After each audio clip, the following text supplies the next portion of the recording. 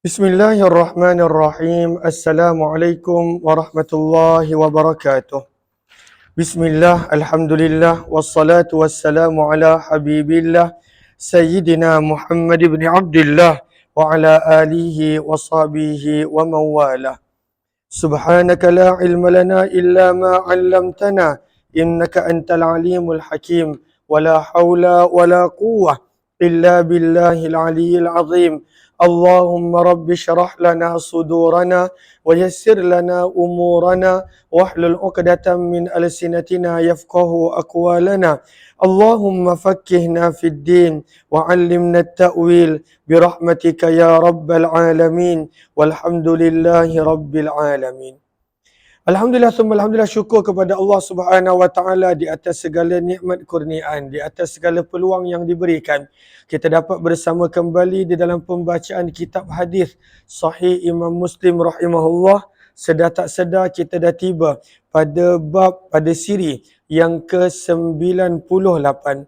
Mudah-mudahan kita dapat mengambil pengajaran, mengambil kebaikan walaupun dengan sekadar mendengar sabdaan baginda Nabi sallallahu alaihi wasallam.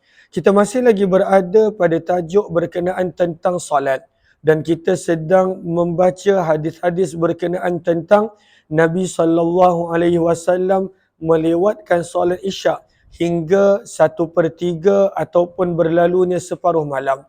Namun para ulama tegaskan Nabi SAW tidaklah melewatkan pada waktu itu yang pertama selalu, dan yang kedua Nabi SAW tidaklah melewatkan lebih daripada itu sehingga terkeluar daripada waktu ikhtiar, waktu yang terbaik untuk menunaikan solat fardu Isyak, iaitu sehingga separuh malam. Riwayat yang ke 1454, baca.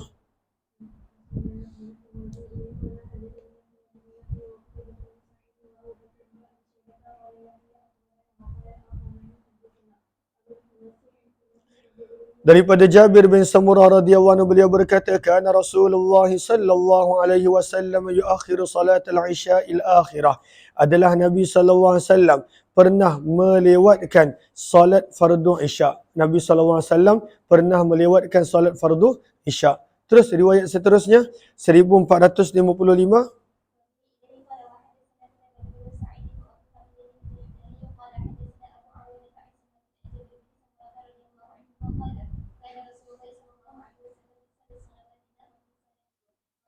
Maka berkata Jabir bin Samurah, adalah Nabi SAW menunaikan solat lebih kurang seperti solat kamu. Daripada sudut waktu, daripada sudut pada waktu itu penjagaan, tapi pasti daripada sudut khusyuk jauh untuk menyamai Nabi SAW.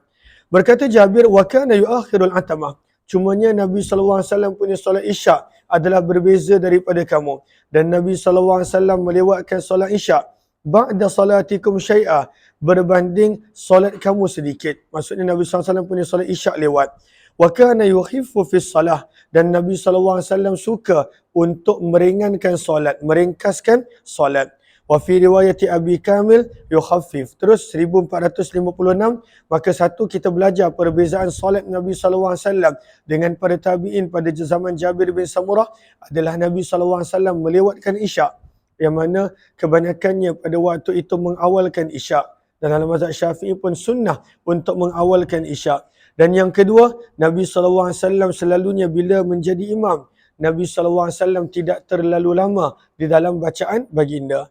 Lagi-lagi bila ada kanak-kanak, orang tua dan lain-lain. Riwayat 1456, baca.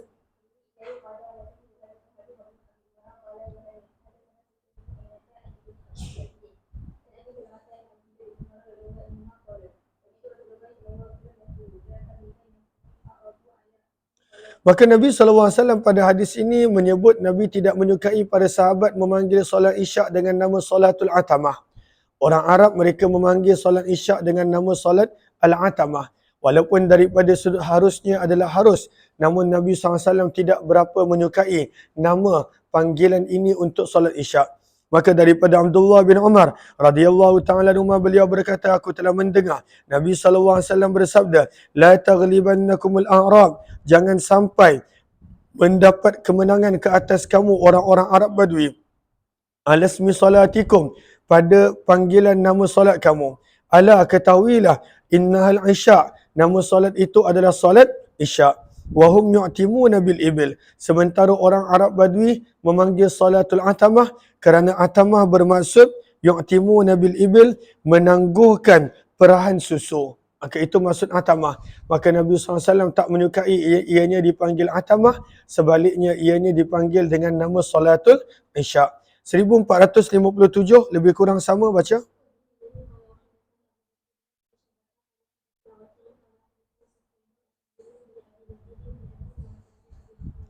Panggil Aliyah sekejap ataupun Aminah. Terus baca. Daripada Abdullah bin Umar radhiyallahu ta'ala anhu, beliau berkata, Nabi SAW bersabda, la taghlibannakumul a'rab, janganlah mengalahkan kamu orang-orang Arab Badui di atas panggilan nama solat kamu isya'.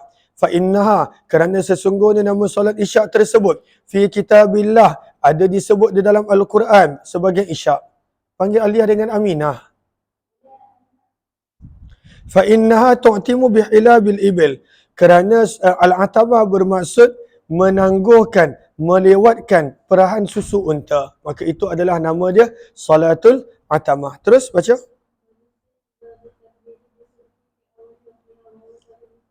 Dah, dompet. Tak Umi. Okey, pada bab ini Imam Muslim mula membawa, lalu kita dah selesai dah berkenaan tentang menjaga solat fardu subuh dan asar. Kemudian kita dah selesai dah berkenaan tentang Nabi menyukai solat maghrib di awal waktu.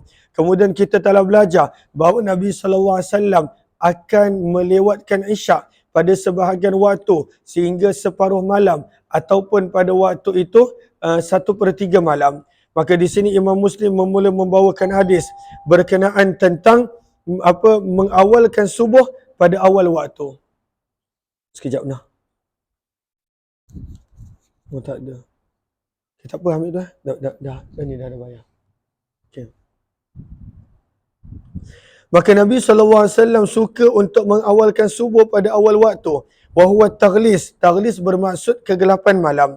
Maksudnya masih gelap, Nabi SAW masuk di subuh, Nabi SAW akan terus solat. Wa bayani qadaril qira'ah, dan penerangan berapakah kadar kebiasaan bacaan Nabi SAW ketika mana solat fardu subuh. Berapakah kadar bacaan Nabi. Maka nanti kita akan baca, Nabi selalunya untuk solat fardu subuh, Nabi akan baca antara 60 ke 100 ayat. 1458 baca.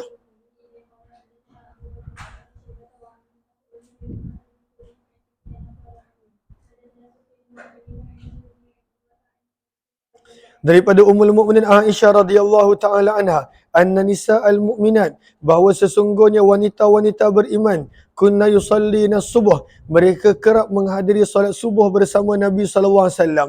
Dan nak menggambarkan betapa awalnya Nabi solat. Summa yarji'na, kemudian ketika mana wanita-wanita ini pulang daripada solat, mutalaffi'an, dalam keadaan menyelubung, bimurutihinna, dengan kain tudung mereka, la ya'rifuhunna ahad, tak ada siapa boleh kenal siapa mereka. Sebab tak nampak, kerana terlalu gelap pada waktu itu bila Nabi habis solat. So bila masuk di subuh, Nabi SAW akan terus mulakan solat. Bila habis subuh, keadaan pada waktu itu masih gelap. Maka zaman dulu bukan macam zaman kita. Ada lampu jalan, lampu rumah, lampu masjid dan sebagainya. Maka pada waktu itu tidak ada. Maka apabila pulang daripada solat, masih lagi tak boleh mengenali siapa-siapa kerana terlalu gelap. Terus riwayat seterusnya. Pada baris yang terakhir, maka Allahumma salli ala sayyidina Muhammad, kedua terakhir. Kata Imam Nawawi, wa fi hadhil ahadith istihbabu tabkiri bis subuh. Maka sunnah untuk mengawalkan subuh, untuk menyegerakan solat fardu subuh. Dan inilah pandangan mazhab Imam Malik dan Imam Syafi'i. Sementara Imam Abu Hanifah berpandangan al-isfaru afdal, melewatkan subuh sehingga langit mula cerah. Maksudnya penghujung waktu subuh, pada waktu itu solat, itu adalah lebih afdal. Dan daripada hadis ini juga kata Imam Nawawi, jawazu hudurin nisa al-jamaah, bahawa harus dan boleh para wanita untuk menghadiri solat berjemaah di masjid, selagi mana tidak dikhawatiri berlakunya fitnah dan lain-lain. Terus baca riwayat seterusnya. Wa haddathani, terus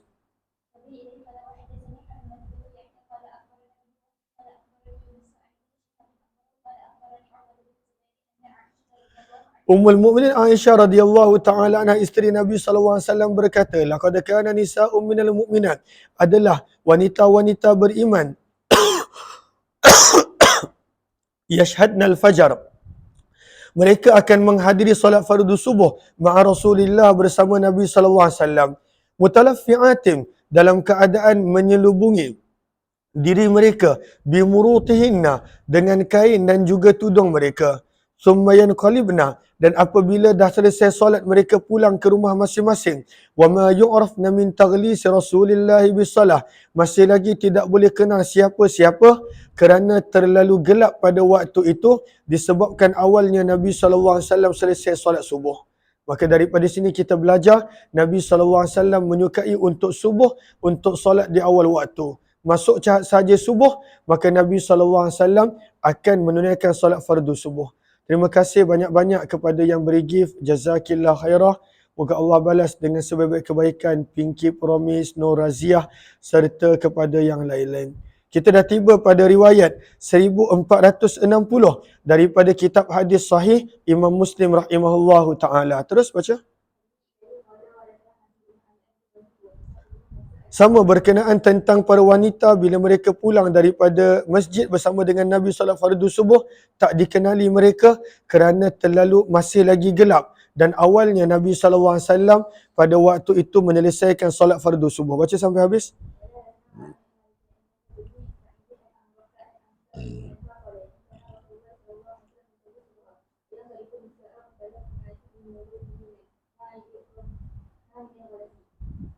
Terus, maka apakah waqal al-Ansari? Maka lihat pada baris pertama kata Imam ni, apakah maksud kerana terlalu gelap tak boleh kenal? Tak boleh kenal nama ataupun tak boleh kenal lelaki ke perempuan, mana satu? Maka di sini kata Imam Nawawi, kerana terlalu awal Nabi SAW selesaikan solat fardu subuh. Apakah maksud al-ghas? Huwa baqaya zalamul lail, kegelapan malam. Maka dipanggil al-ghals dalam bahasa Arab. Maka berkata Ad-Dawudi, maknahu ma yu'rafna anisa'un hunna am rijal. Adakah ini lelaki ataupun perempuan? Langsung tak boleh nampak kerana pada zaman tersebut tidak ada sebarang lampu dan cahaya, dan Nabi SAW pun solat pada awal waktu. Nabi selesai solat pun pada awal waktu.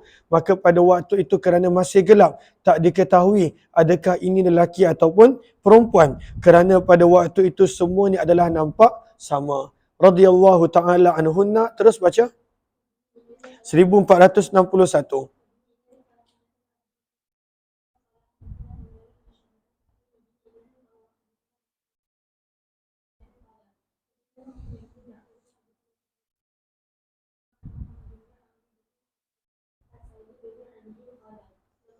Maka berkata Muhammad bin Amr bin Hassan, tak kala telah tiba Hajjaj ke Madinah, fasa'alna, maka kami telah bertanya kepada Jabir bin Abdullah. Maka Jabir bin Abdullah menerangkan tentang waktu Nabi SAW salat. Beliau berkata, kana Rasulullah, adalah Nabi SAW akan salat, yusalli zuhra, akan menunaikan salat fardu zuhur, bil hajirah, ketika mana panas masih lagi terik. Maksudnya awal waktu. Kecuali kita dah belajar, kalaulah tersangat-sangat panas, maka Nabi akan lewatkan sehingga keadaan menjadi sejuk sedikit. Tapi apakah maksud al-hajirah? Al-hajirah adalah cahaya matahari pada pertengahan siang. Bererti bila masuk je zuhur, Nabi SAW akan tunaikan waktu zuhur. Wasyamsu naqiyah, dalam wal asra, dan Nabi SAW akan menunaikan solat asar ketika mana matahari masih lagi cerah. Maksudnya masuknya asar, Nabi akan tunaikan solat fardu asar. Wal maghriba idza wajabat, dan Nabi akan menunaikan solat fardu maghrib bila terbenam sahaja matahari. Wal isya'u ahyanan, cuma isyak kata Jabir, kadangkala Nabi akan melewatkannya. Wa ahyanan yu'ajjil, dan kadangkala Nabi SAW akan mengawalkannya. Kana idza ra'ahum qad ijtama'u, apabila baginda melihat para sahabat semuanya telah berkumpul, maka Nabi akan menyegerakan isyak. Wa idza ra'ahum, apabila Nabi melihat para sahabat masih lagi pada waktu itu belum ramai, maka Nabi akan melewatkan isyak. Wasubha, dan adalah solat fardu subuh Nabi SAW, yusalliha, Nabi SAW akan menunaikan solat tersebut bighalasin, ketika mana masih lagi berada dalam kegelapan malam. Maksudnya Nabi solat subuh di awal waktu. 1462 baca sampai habis.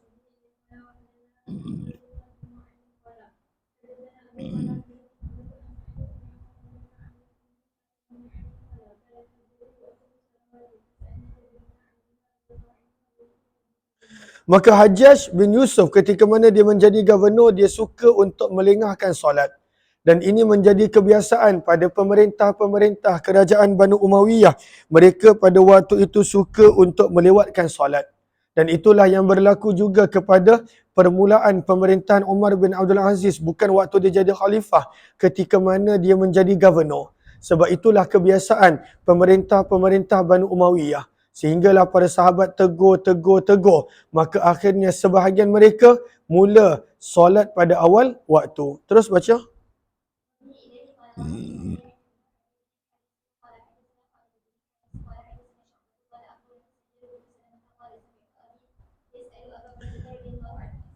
Maka Allahumma salli ala sayyidina Muhammad. Salamah telah bertanya kepada Abu Barzah Al-Aslami radhiyallahu anhu tentang solat Nabi sallallahu alaihi wasallam. Maka aku bertanya, anta sami'tah? Maka adakah kamu yang mendengarnya? Maka beliau berkata, ka'annama asma'ahu sa'ah. Maka seolah-olah aku masih lagi ingat peristiwa dan waktu tersebut.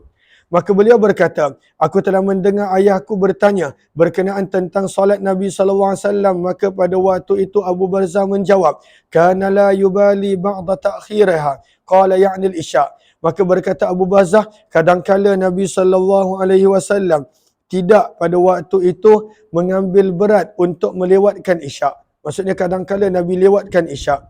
Ila nisfil lail, kadangkala Nabi lewatkan isyak sampai separuh malam. Wala yuhibbun nauma, cuma Nabi sallallahu alaihi wasallam tidak menyukai orang yang tidur sebelum isyak, walal hadis ba'daha, dan orang yang bersembang selepas isyak. Nabi SAW tak suka orang yang bersembang selepas daripada solat fardu isyak. Terus kemudian kata Syu'bah, aku bertemu lagi dengan siapa? Dengan Sayyar bin Salamah. Maka aku bertanya dia lagi pada waktu itu, wa kana yusalli zuhra hina tazulu syams. Maka beliau berkata, maka Abu Barzah juga telah menceritakan kepada ayahku bahawa Nabi SAW akan menunaikan solat zuhur ketika mana tergelincir sahaja matahari. Dan Nabi SAW akan solat asar di awal waktu, sehingga kalaulah ada jemaah Nabi yang ingin untuk pergi ke penjuru Madinah, maka dia boleh pergi dalam keadaan pada waktu itu masih cerah. Terus wasyamsu hayyah, dalam keadaan matahari masih cerah. Kemudian beliau berkata, wal maghrib la adri ayyahinin zakar. Sementara solat maghrib aku tidak ingat apakah yang Abu Barzah ceritakan kepada ayahku.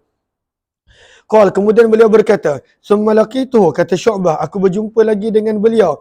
Maka aku bertanya kepada beliau, wa kana yusalli subah. Maka beliau berkata, Nabi SAW telah menunaikan solat fardu subuh punya awal sehingga kalaulah ada jemaah, ada makmum yang ingin balik, fayanzuru ila wajhi jalisih, dan dia ingin untuk melihat kepada wajah siapakah orang yang berada di sebelahnya yang dia kenal, fayarifuh, maka pada waktu itu dia boleh kenal. Wa kana yaqra'u fiha, dan Nabi akan membaca pada solat fardu subuh di antara 60 ke 100 ayat. Ketika mana solat fardu subuh. 1464 baca.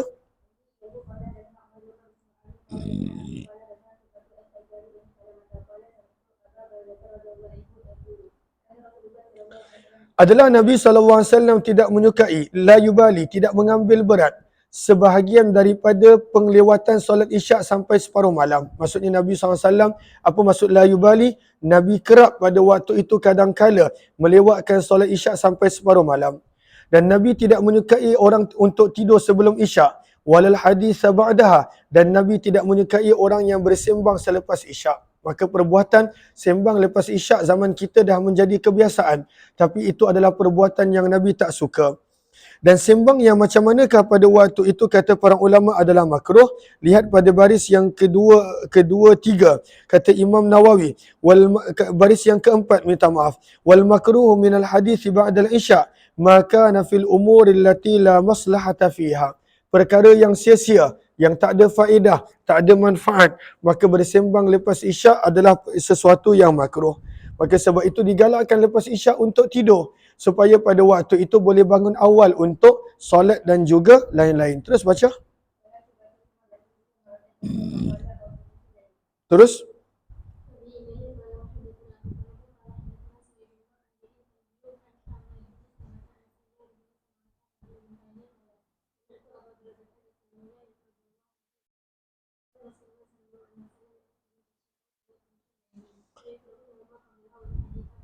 Maka Nabi SAW kerap melewatkan isyak hingga 1/3 malam. Maka ada riwayat mengatakan separuh.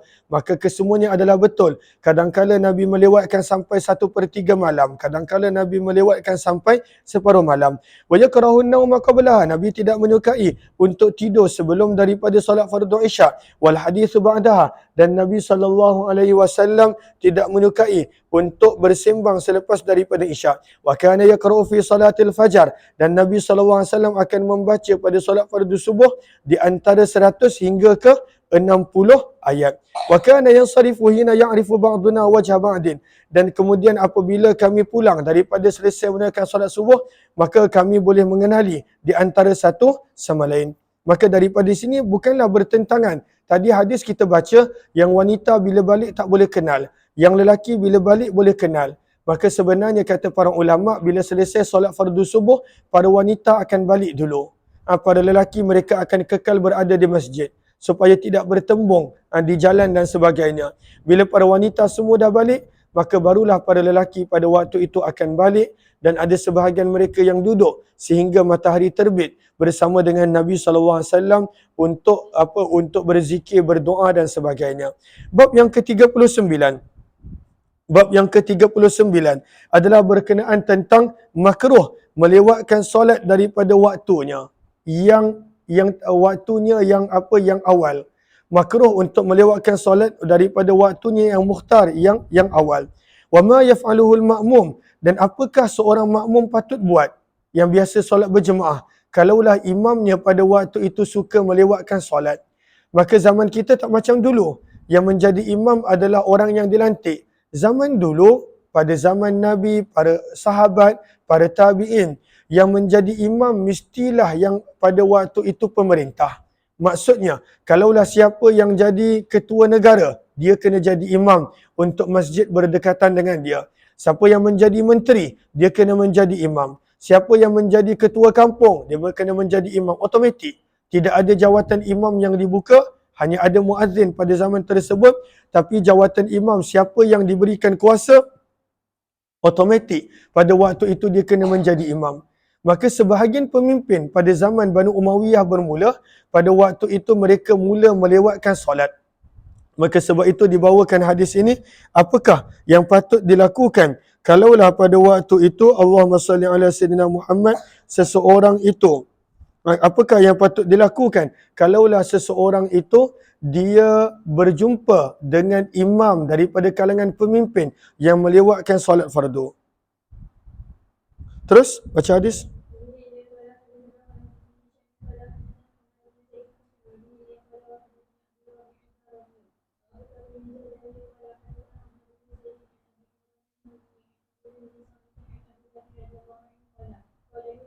Nah. Maka Nabi SAW telah bersabda kepada Abu Dhar, Nabi bertanya, Kaifa anta, bagaimanakah keadaan kamu idza kanat alaika umara, apabila yang menjadi pemimpin-pemimpin kamu. Siapa yang jadi pemimpin, otomatik pada zaman itu, dialah yang kena menjadi imam. Kata para ulama sirah, yang mula-mula pada waktu itu menukar kebiasaan ini adalah Walid bin Abdul Malik. Maka dia tak nak jadi imam, sebab dia tak boleh jadi imam. Maka dia pada waktu itu mula melantik dan mengeluarkan arahan bahawa siapa yang ada jawatan tak perlu jadi imam. Dia adalah orang yang pertama. Kalaulah tidak kita lihat sistem dia, siapa yang ada jawatan, maka dialah yang kena jadi imam. Sebab itu Nabi bersabda kepada Abu Dhar, apakah keadaan kamu jika yang menjadi pemimpin dan imam bagi kamu adalah mereka yang melewatkan solat daripada waktunya, au yumituna salah, ataupun mereka yang mematikan solat daripada waktunya. Apakah maksud mematikan solat? Mereka solat selepas habis waktu.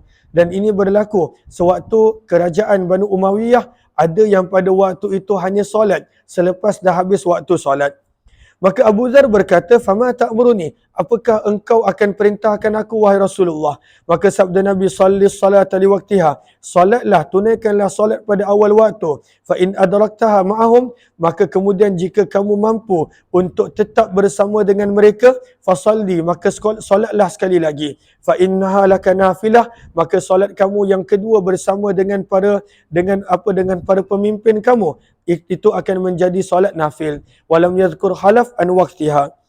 Apakah maksud yumituna salah pada baris yang kedua akan tajuk ini? Kata Imam Nawawi, yuakhirunaha fayaj'alunaha kal mayyit alladhi kharajat ruhuh, wal murad bi ta'khiriha an waqtiha an waqtiha al mu'tar. Maksud daripada mematikan solat adalah solat pada waktu itu pada waktu yang makruh, yang pada waktu itu tidak disukai oleh Nabi sallallahu alaihi wasallam.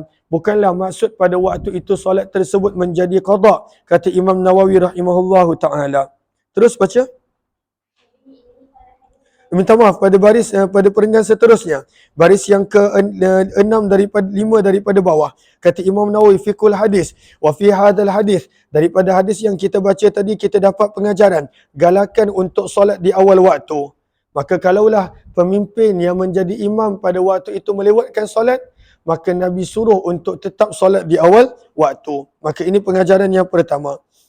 Allahumma salli ala Sayyidina Muhammad. Kemudian soalan yang kedua, perkara yang kedua, kata Imam Nawawi pada baris yang kedua, kalaulah seseorang itu, imam dia pada waktu itu solat berjemaah lewat, maka adakah afdal untuk dia tunggu jemaah yang lewat tadi ataupun pada waktu itu disolat bersendirian seorang-seorang pada awal waktu?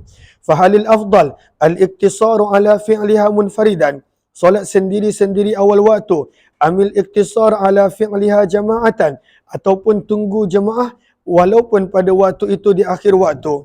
Maka di sini ada perbezaan pendapat di kalangan para ulama rahimahullahu taala, namun pada waktu itu pendapat yang paling kuat adalah istihbabul intizar, sunat untuk menunggu solat berjemaah illam yafhash at-ta'khir, apabila lewat itu taklah terlalu lewat.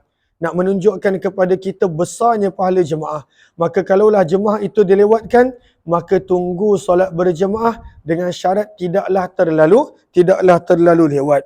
Namun kalaulah pada waktu itu dengan solat berjemaah asing boleh, dan kemudian pada waktu itu nak solat sekali lagi bersama dengan jemaah dengan lewat pun boleh, maka solat yang pertama dikira fardu dan solat yang kedua dikira sebagai nafil. Terus baca riwayat seterusnya.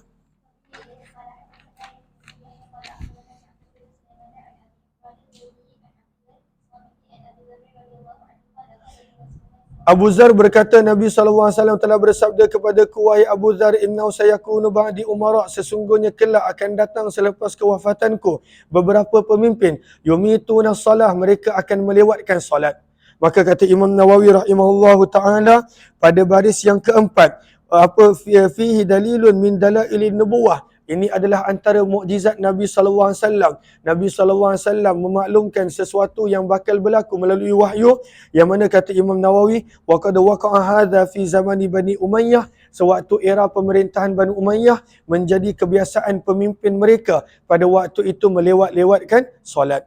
Maka sabda Nabi, fasalli salata liwaqtiha, maka solatlah kamu pada awal waktu. Fa in sallaita liwaqtiha, dan jika kamu telah selesai solat di awal waktu, maka pada waktu itu menjadilah solat kamu bersama dengan imam sebagai nafil.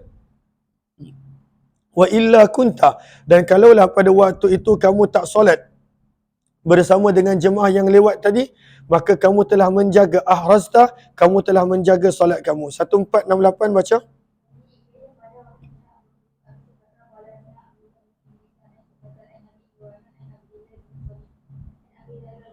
Daripada Abu Dzar radhiyallahu taala, beliau berkata, sesungguhnya kekasihku sallallahu alaihi wasallam ausani, telah berpesan kepadaku, an asma'a, untuk aku mendengar, wa uti'a, dan mentaati pemimpin. Wa in kana abdan, walaupun pemimpin tersebut adalah mujadda'al atraf, seorang yang pada waktu itu cacat anggota dia.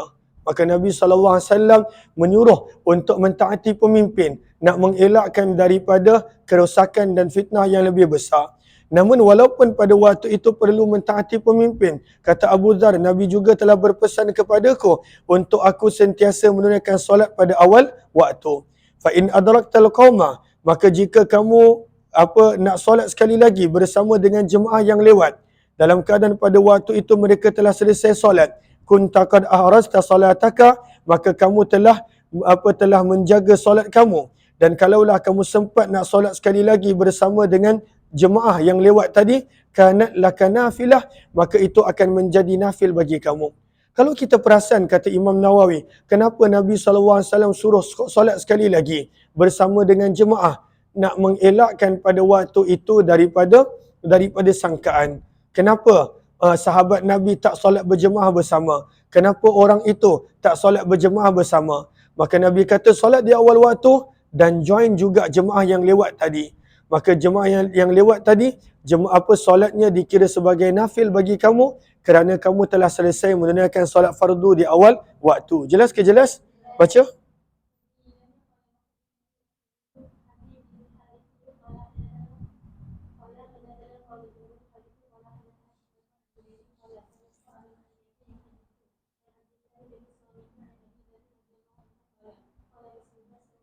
Daripada Abu Dhar radhiyallahu anhu, beliau berkata Nabi SAW telah bersabda, wa daraba fakhidhi, sewaktu Nabi SAW pada waktu itu menepuk pahaku untuk menarik perhatian Abu Dhar. Maka Nabi bersabda, kaifa anta, bagaimanakah keadaan kamu apabila kamu masih hidup fi qaumin, bersama dengan sekelompok manusia, yuakhiruna salah, mereka suka melewatkan solat daripada awal waktu. Maka Abu Dhar bertanya, fama ta'muruni, ma ta'muru, apakah yang Tuhan akan perintahkan daku untuk lakukan? Maka sabda Nabi, salli salata liwaqtiha, solatlah pada waktu itu pada awal waktu, summa dhahab lihajatika, kemudian selesaikanlah keperluan kamu, fa in uqimatis salah, maka apabila telah didirikan solat, wa anta fil masjid, dan kamu berada dalam masjid, fasalli, maka solatlah kali kedua. Dan solat yang kali kedua tadi akan menjadi nafil, menjadi sunat bagi kamu. 1470 baca.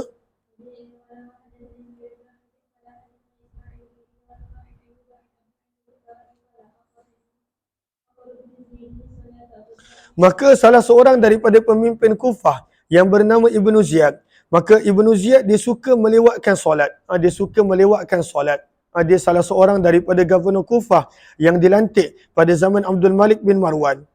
Faja'ani Abdullah bin Samit, maka Abdullah bin Samit telah datang kepadaku. Fa'alqaitu lahu kursiyan, maka aku telah meletakkan untuknya sebuah kursi untuk diduduk. Maka dia telah duduk di atas kursi tersebut. Fadzakartu lahu, maka aku telah menceritakan kepada Abdullah bin Samit sikap Ibnu Ziyad yang suka melewatkan solat, sebab dia pemimpin dan dia adalah imam. Maka pada waktu itu bila dia lewat solat, orang lain pada waktu itu pun terpaksa ikut untuk lewatkan solat, kerana pada zaman tersebut mereka sangat-sangat mengambil berat untuk solat berjemaah.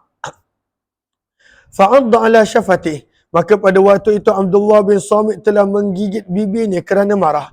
Fadaraba ala fakhidhi, maka dia telah pada waktu itu menepuk pahaku, lalu berkata, aku telah bertanya kepada Abu Dhar radhiyallahu anhu sebagaimana kamu telah bertanya kepadaku. Fadaraba fakhidhi kama darabtu fakhidaka, dan beliau telah menepuk pahaku sebagaimana aku telah menepuk pahamu. Lalu beliau berkata, sesungguhnya aku telah bertanya kepada Nabi SAW soalan yang sama yang kamu tanyakan kepadaku, kata Abu Dhar.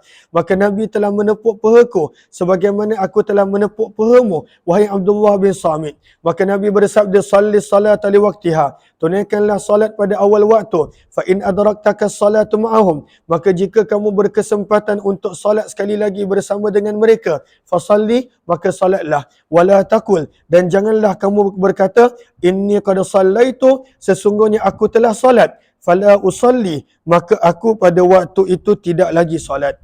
Nabi tak suka begini. Nabi tak suka begitu. Ketika mana pada waktu itu, walaupun dah solat, lagi-lagi kalaulah seseorang pada waktu itu dia adalah orang yang menjadi ikutan, seperti pada sahabat, maka Nabi kata jangan, walaupun dah solat, pada waktu itu apabila ditanya, jom solat, tak, saya dah solat. Maka Nabi kata jangan, sebab itu akan membawa kepada fitnah dan perpecahan. Maka nanti pada waktu itu pemimpin-pemimpin tersebut akan pertikaikan. Kenapa sahabat Nabi ini solat dan tak solat bersama dan sebagainya. Kemudian nanti akan ada pengikut pula yang mengikut solat di awal waktu. Maka sabda Nabi, jangan membawa kepada kerosakan dan perpecahan. Apabila kamu berkesempatan untuk solat kali kedua bersama dengan jemaah yang solat lewat tadi, maka solatlah. Dan jangan kamu berkata, sesungguhnya aku telah solat, fala usalli, maka aku tidak lagi mahu untuk solat. Terus baca.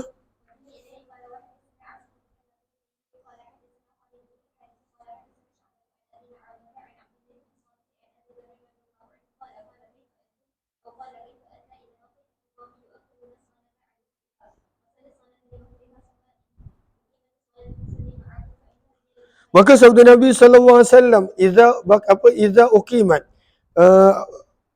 summa in uqimat, kemudian bila diiqamahkan solat yang dilakukan lewat oleh imam dan pemerintah, fasalli ma'ahum, sabda Nabi, solatlah sekali lagi bersama dengan mereka. Kerana kalaulah kamu tak solat bersama dengan mereka, maka pada waktu itu akan ada banyak pertanyaan. Kenapa orang ini tak solat bersama dengan kami dan sebagainya. Fa innaha ziyadatu khair, kerana solat kali kedua bersama dengan jemaah adalah penambah kepada kebaikan. 1472 baca.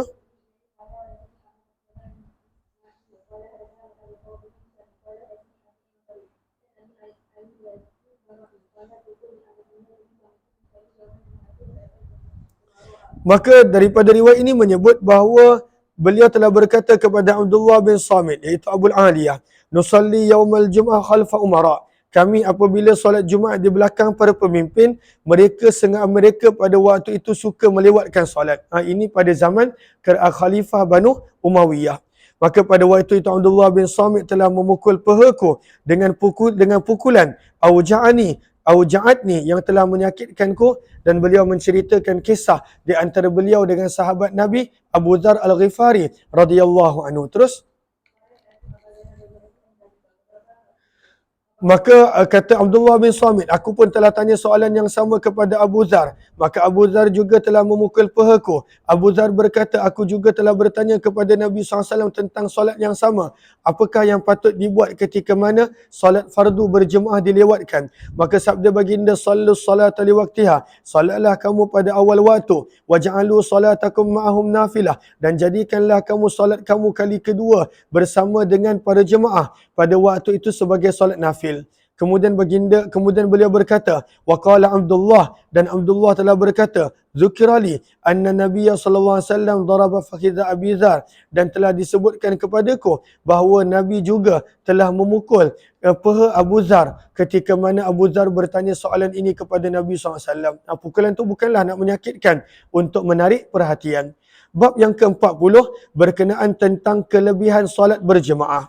Wa bayani tasydid, dan penerangan amaran keras daripada Nabi fit takhallufi anha, bagi orang yang meninggalkan solat berjemaah. Wa annaha, dan sesungguhnya solat berjemaah itu adalah fardu kifayah. Apakah maksud fardu kifayah? Kalaulah ada orang yang melakukannya, maka orang yang tak solat berjemaah tak berdosa. Tetapi kalaulah dekat sesuatu tempat itu ada masjid dan surau, dan kemudian masjid dan surau tersebut mati, tak ada orang solat berjemaah, semuanya solat kat rumah, maka seluruh penduduk di situ berdosa. Itulah maksud fardu kifayah. Ianya adalah kefarduan yang perlu ditunaikan, walaupun tak semua, oleh sebahagian. Tapi kalaulah semua orang pada waktu itu tak pergi masjid, walaupun solat, walaupun di rumah, berjemaah ke apa, tapi masjid menjadi mati, surau menjadi mati, tak dihidupkan, maka seluruh penduduk kampung tersebut berdosa. Maka inilah hadis nak menerangkan bahawa solat berjemaah adalah fardu kifayah. 1473 baca.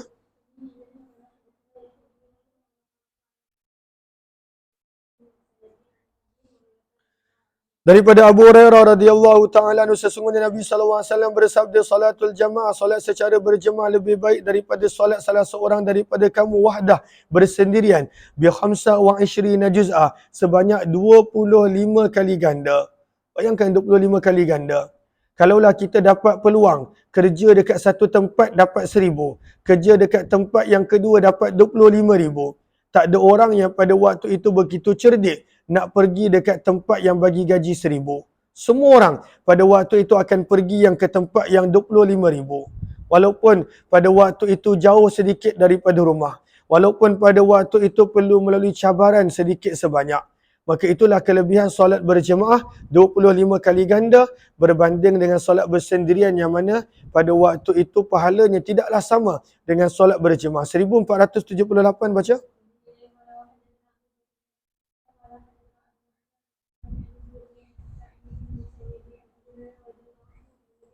Sallallahu alaihi wasallam. Melebihi solat berjemaah berbanding solat seseorang itu bersendirian sebanyak 25 darajah, 25 kali ganda. Qala sabda Nabi SAW, wa tajtami'u malaikatul lail. Hadis ni kita dah baca tadi. Dan berkumpulnya malaikat malam dan malaikat siang sewaktu solat subuh. Dalam riwayat yang kita baca tadi dan juga asar. Berkata Abu Hurairah, bacalah jika kamu mahu wa Qur'an al-fajar dan solat fardu subuh, kerana sesungguhnya bacaan Al-Quran pada solat fardu subuh kana masyhuda, adalah dihadiri oleh para malaikat. Tahduruhul malaikah. 1475 baca. Baca sampai habis, lebih kurang sama. Terus.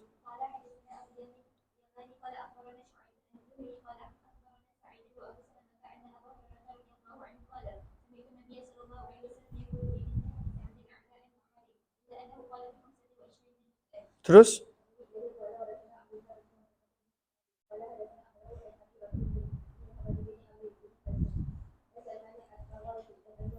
Daripada sahabat Nabi Abu Hurairah radhiyallahu anhu, beliau berkata Nabi sallallahu alaihi wasallam bersabda, salatul jamaah, salat berjemaah ta'dilu, menyamai pahala salat bersendirian 25 kali ganda. Salatul fadh, al-fadh maksudnya salat bersendirian. Inilah kelebihan-kelebihan salat berjemaah yang Imam Muslim bawakan. Terus 1477.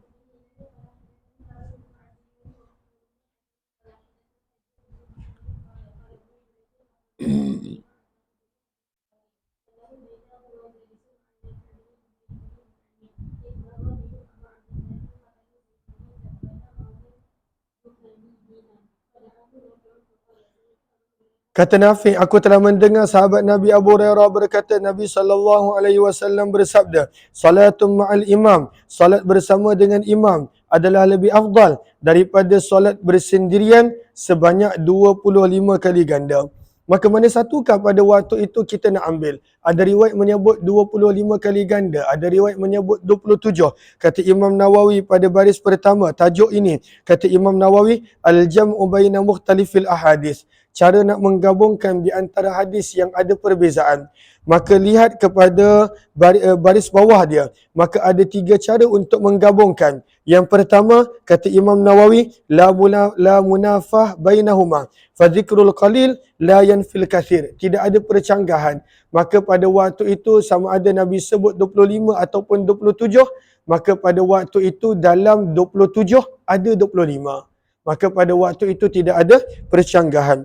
Yang kedua, wasani an yakuna akhbara awalan bil qalil. Mula-mula Nabi sebut solat berjemaah 25 kali ganda lebih baik.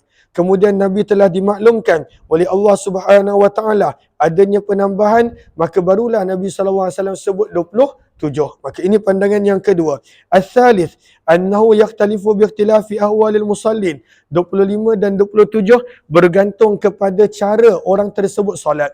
Lagi khusyuk, lagi bagus, lagi sempurna, maka 27. Kalaulah tidak, maka pada waktu itu dia akan mendapat 25. Maka inilah cara para ulama menggabungkan antara riwayat-riwayat ini. Terus baca. Terus.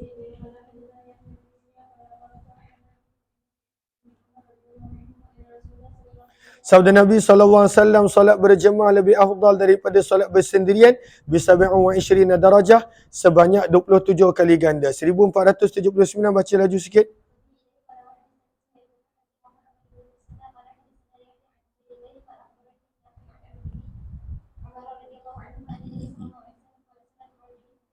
Solat seseorang itu secara berjemaah melebihi daripada solat bersendirian 27 kali ganda. Maka terlalu banyak riwayat yang pada waktu itu Imam Muslim bawakan. Terus 1480, baca sampai habis.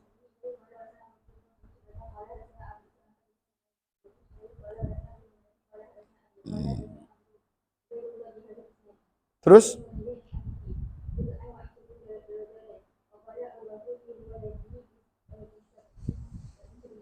Terus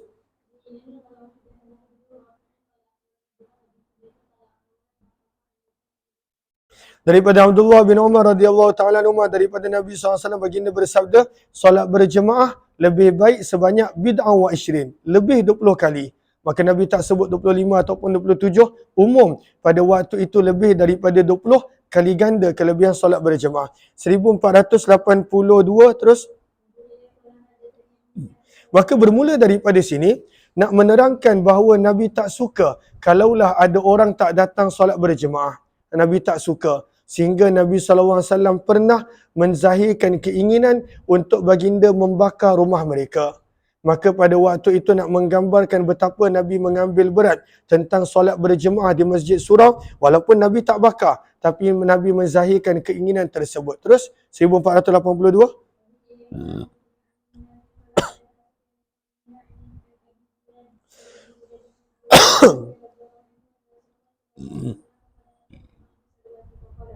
Maka Nabi SAW telah perasan ketiadaan. Faqada, Nabi perasan ketiadaan beberapa orang pada sebahagian waktu solat fardu. Maka Nabi bersabda, laqad hamamtu, demi sesungguhnya aku telah berkeinginan an amura rajulan, untuk memerintahkan seseorang untuk menjadi imam menggantikan aku pada waktu solat. Summa ukhalifa ila rijal, lalu aku pergi kepada orang-orang yang yatakhallafun, tidak datang untuk menunaikan solat fardu. Fa'amura bihim, maka aku perintahkan berkenaan mereka. Fayuharraku alaihim, maka dibakar akan rumah mereka. Bihuzamil hatab, dengan beberapa ikatan kayu api. Buyutahum, rumah-rumah mereka. Walau alimah, dan kalaulah salah seorang daripada mereka yang tak datang solat berjamaah mengetahui annahu yajidu azman samina, bahawa mereka kalau datang ke masjid boleh mendapat tulang binatang yang gemuk, maksudnya pada waktu itu dapat daging, nescaya mereka akan datang, yakni salatul isyak, terutamanya untuk solat isyak. Riwayat seterusnya 1483, baca.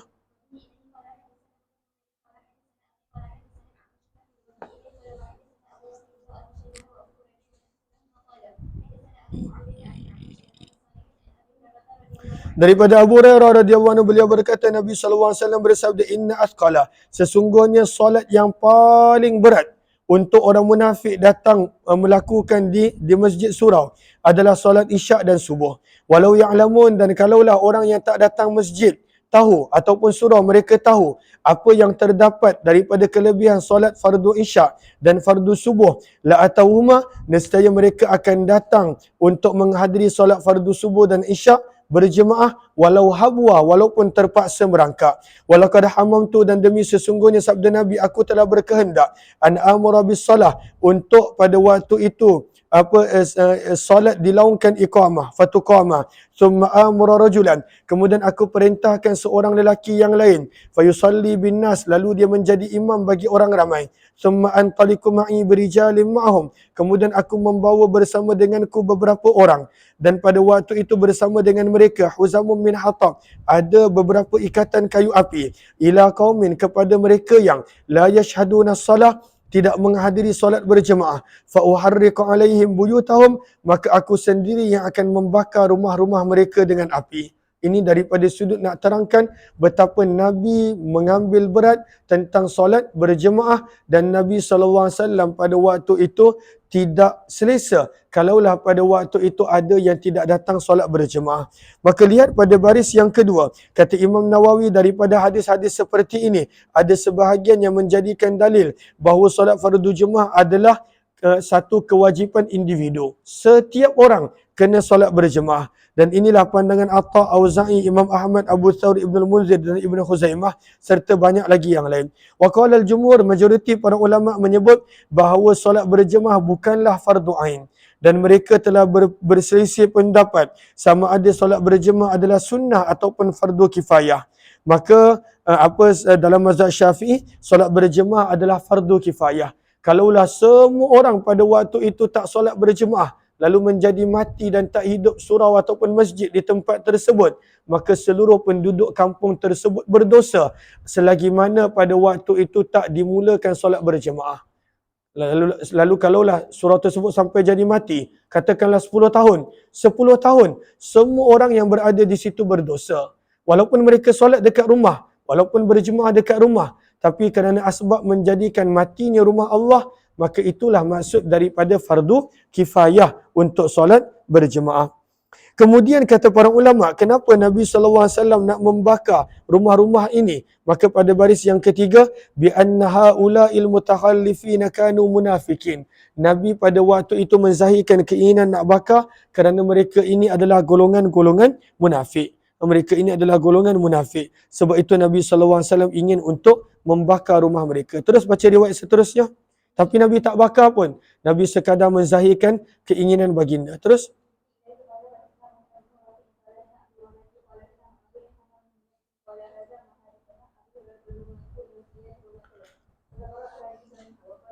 sabda Nabi SAW, laqad hamamtu, demi sesungguhnya aku berazam, aku berkeinginan, an amura fityani, untuk menyuruh beberapa pemuda, an yasta'iddu li, agar mereka menyediakan bagiku, bihuzamin min hatab, beberapa ikatan kayu bakar, kayu api.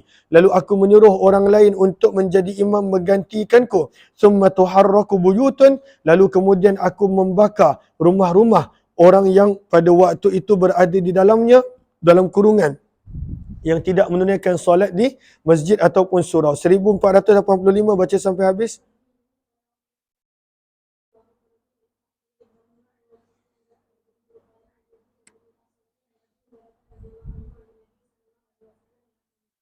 Terus, lihat baris yang kedua, 46, kata Imam Nawawi, solat manakah yang Nabi SAW telah menzahirkan yang Nabi ingin membakar rumah orang yang tak datang solat, yang tak datang solat?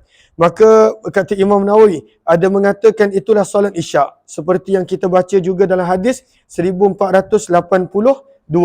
Itu adalah solat isyak. Ada juga mengatakan ini adalah solat Jumaat, dan ada juga pada waktu itu mengatakan umum mana-mana solat.